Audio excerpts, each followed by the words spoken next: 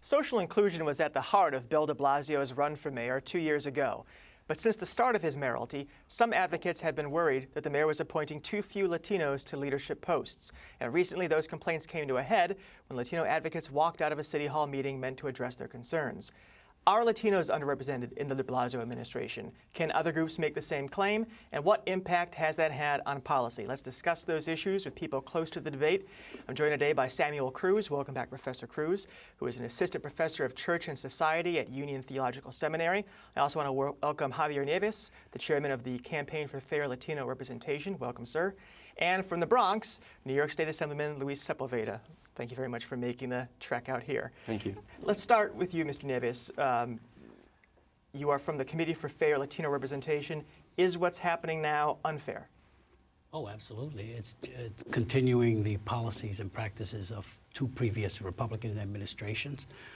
We have called attention for over a year and a half to this dire need in the Latino community. And we can certainly take a look at the track record. The mayor has been in office for close to 2 years now, and he's midterm in his administration, and we see that the numbers have not gotten any better. There's possibly 11.6% of his appointments has been Latinos, when as you well stated, I think in one of the pieces, the Latino population accounts for like 2.6 million Latinos in the city of New York, close to a third of the population. It certainly begs the question. I read an article yesterday regarding this whole issue of the mayor's an initiative by the Department of Cultural Affairs asking them to investigate the cultural institutions of New York City regarding their ethnic breakdown, and asking them to submit these the numbers in terms of being inclusive, or diversity. And so we sort of agree that he should start looking. For a year and a half, we've tried to get a meeting with him, and he has not provided that meeting. And the fact of the matter is that the same thing that he's requiring off of these institutions, or otherwise their funding would be cut if they don't apply, if they do not fill out these surveys. That we're also asking that his administration be reflective of the diversity and ethnic breakdown, and particularly the Latino community, which is a massive civil rights, systemic unemployment or stagnation of Latinos in the workforce, in the municipal workforce, and in his appointment. Professor Cruz, the municipal workforce is a massive bureaucracy. There are several different agencies. Is this a problem that you think exists throughout that apparatus, or are there particular areas, particular departments where this is more pronounced? I think it's spread out throughout the city, and the mayor does have the power and the ability to change some of this. It's a huge bureaucracy, it takes time, but he's not attempting to do anything about this issue. And his progressive policies on which he ran on, in terms of, are not very progressive for Latino. We're underrepresented in terms of his administration and the workforce in the city. We're underrepresented in terms of access to decent housing, but we're overrepresented in the criminal justice system. He also ran on ending stop and frisk, but has endorsed and continues to endorse the broken windows policing policy, which adversely affects people of color. So his progressive policies are really not that progressive for Latinos. Assemblyman, are you satisfied with the mayor's performance in terms of including Latinos in his administration so far? Well, I mean, with all due respect to my two colleagues here, I think it's unfair to try to compare the mayor's record on this issue with the prior two mayors of the city of New York. You know, we have about 50% of the agency heads right now are Latino. This is probably one of the most diverse administrations you've ever had. You know, 42% of appointments are people of color, 50% are women. So I think the mayor is trying to do the best that he can. You know, we've met and discussed this issue ourselves. I've tried to help in every way possible. He's asked me to, and other people in positions of leadership, to forward him resumes, to talk to him about people that can be appointed to the heads. So I know that he takes this real seriously, and he's doing the best that he can to improve the numbers. Look, can we improve? Of course we can. Mr. Nieves indicates the population of the city of New York Latinos is about 2.2 million, which is about 27 million people. If you look recently, appointments with commissions and boards, right now, since April, it was about 19%. In June, it's now about 21%. So there is a concerted effort by the mayor's office to improve those numbers. But we as leaders have to provide people that we can put in these positions, offer him names, offer him resumes. And I can tell you that in our discussions directly, he's telling me this is an extremely important issue for him. And I know that he's working to improve these numbers. I'm curious about, I just want to ask about the question of numbers, raw numbers versus prominence, right? I mean, we do have a schools chancellor is a Latina, the commissioner for ACS, Children's Services, is a Latina. Is it about a raw number, or is it about where people are placed in the administration that concerns you? Well, it's not only where, I think they're both, all the above. I think it has to do with, Assemblyman Sepulveda mentions that he's making a concerted effort, and I have no doubt that he's trying to increase those numbers. But I think that the attempt is a meager one. It's not enough attention has been placed on it, and certainly the organization that I represent is a vast network of Latino leaders throughout the city of New York. And to not even sit down with us to have a serious meeting, you can provide all the resumes we want. But he certainly has no problem in hiring white males, 60-something%. We're still at 11.6%. And those prominent positions that you talk about, there's two casualties. You talk about the deputy mayor, Lillian Paoli, and Cynthia Lopez from the media and film and media. So, I would imagine that those numbers are even worse, especially that we see that we have tried and have sent correspondence to the mayor himself regarding getting those numbers from his administration so we can coincide and be on the same page in terms of those numbers. They have not refuted our numbers provided by the National Institute for Latino Policy, Angelo Falcon, and nor have they. The issue becomes, okay, if there's a problem, the mayor is acknowledging it, according to the assemblyman, that he can do that. Things can be a lot better. Well, why isn't it there that they're making a concerted effort to address the issue that this is a systemic, massive unemployment. The municipal workforce, we understand that there's a process that takes place in order to get hired. Well, we made a series of recommendations to the mayor himself. We have not received any written correspondence regarding addressing them, and to the different agencies. We made specific to the Human Rights Commission, to the EEO agencies, all of these different agencies. Most people in the city, white, black, Latino, or otherwise, aren't going to get hired, but they will be affected by city policies. And you mentioned the broken windows, Professor. Is that an example of? Are there other examples of policies that would have been different under de Blasio if there was broader representation of the Latino community?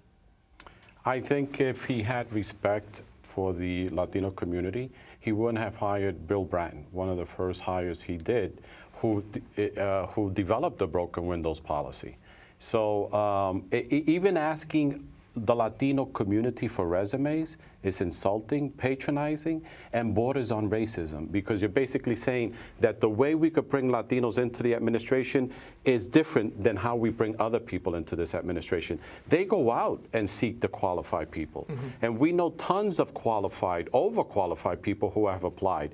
So at this point, Mayor de Blasio is getting to the point where we've been criticizing him in good faith, but he's getting to the point where he's insulting the community completely. 87% of Latinos voted for him. But listen, in order for him to hire people, the administration heads, all these individuals, the heads of the agencies, they have to look at people's qualifications. You do that through a resume. So to suggest that asking for a resume is racist is a little confusing to me. I can tell you that in my experience with the mayor, and I have a very close relationship with the mayor, if I thought that there was a built-in bias against hiring Latinos, I would be the first person knocking on the doors of City Hall and protesting with every group about their policies. So I guess you're suggesting that we're underqualified, because if there's 11.6 of his administration is Latino, basically he's saying he can't find qualified people. No, and with all due respect, that's not what I'm Assemblyman, saying. the argument he's making is not different than that the Tea Party people make about bringing people of color into institutions. That's completely unfair. To make that connection, I think is completely unfair. The reality is that I look at what my experience has been, and my experience has been is that the mayor has made a concerted effort asking the leadership amongst Latino community. I don't know what your experience has been. My experience is backed up by numbers. 11.6%. He has asked us. When we talk about communities, and I think this is, for a lot of us, when we, especially for a person who's not in a community, you see a monolith. We talk about Latino community, we talk about Black. You look at the breakdown of demography in the city. Asians, that encompasses people from Syria, from India, someone whose parents are Afghan, someone who's from Japan. For the Latino community, if you are a person of Puerto Rican descent and you see a Cuban American in a position of power, is there a feeling of affiliation there? Is there a common sort of Latino political sentiment, or is it more complicated than that on the street? It's more complicated than that. I mean, even though we're Latinos, there are different groups that have different vested interests in the city of New York, and sometimes, if you look at some of the Latino groups, they tend to go to certain professions, and other like the Mexican community, the Puerto Rican community, the Dominican community, they tend to go to different professions, different areas of the city. So it's a much more complicated issue than meets the eye. It's always nuanced, but at this point we call it the fair Latino representation because we're speaking about Latinos. Can I finish a sentence without being interrupted? Go ahead. You have not allowed me to finish a sentence. Now I understand your passion, but it's not any less than mine. Yeah, but you're talking about I'm experience. working about, my experience is backed up by numbers. Let's hear you out. My experience is backed up by what I see in the efforts that are made, and some numbers here. I mean, you look, again, 15% of the city agencies. 15% of the city agencies are being run by Latino. Look at what he's done.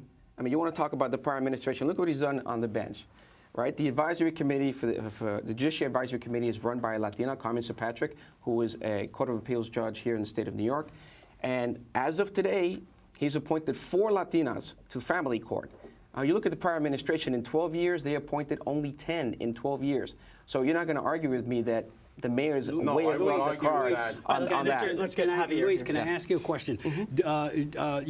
You're not denying that the 11.6 number is something that we just picked out of the air and that we're just throwing that out there, because you and I both mm-hmm.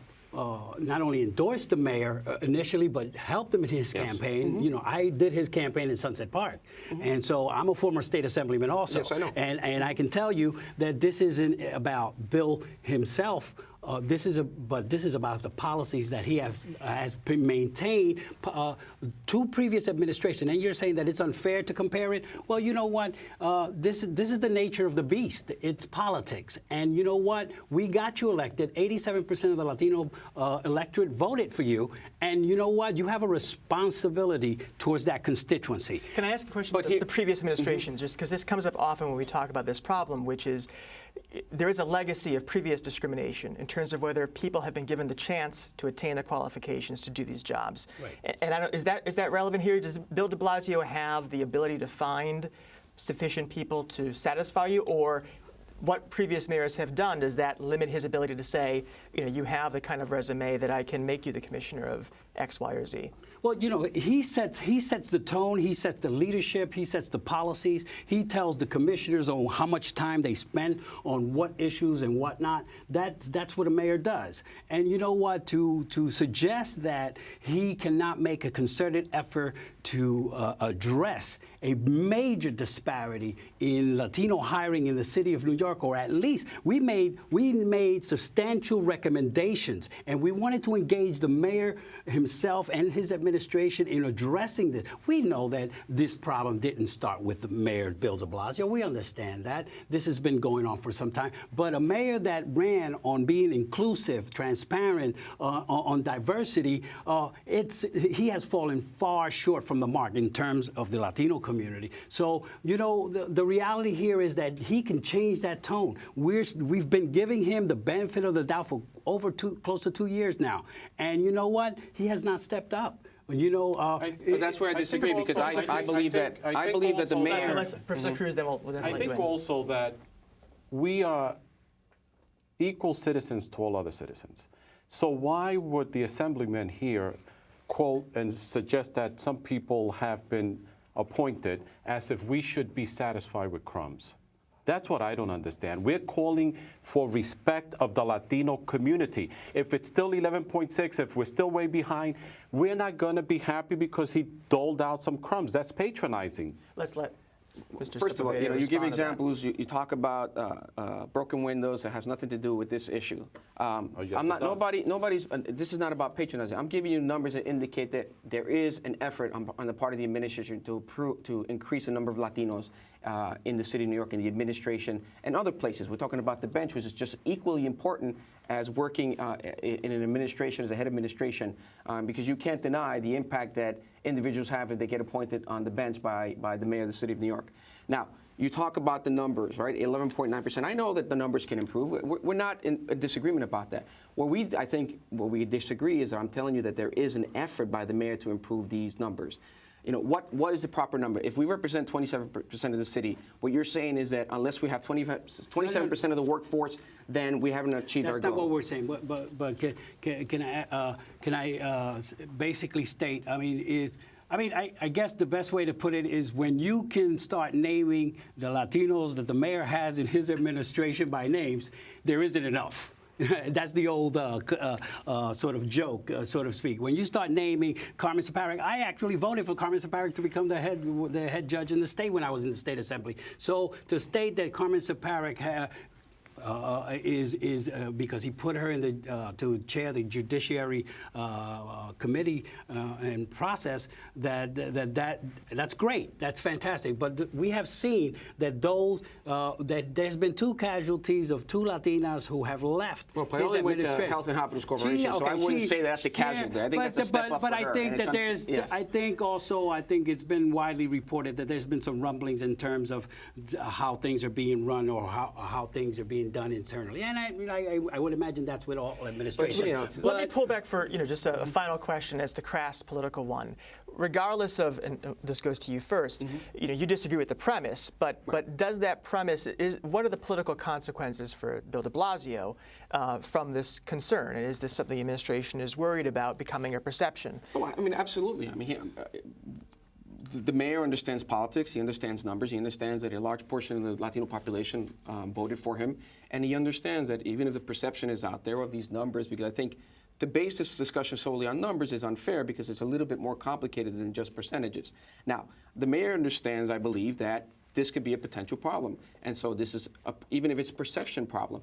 I know from my experience with the mayors that he is working to improve these numbers, and so it behooves him, it behooves anybody who's mayor to make sure that a significant part of the electorate doesn't feel like they're being left out of the process. Professor, do you think Latinos will vote against or not for Bill de Blasio if this At this point, I cannot say, but it seems if things continue this way, I can't imagine Latinos rushing out to vote for a mayor that has ignored them.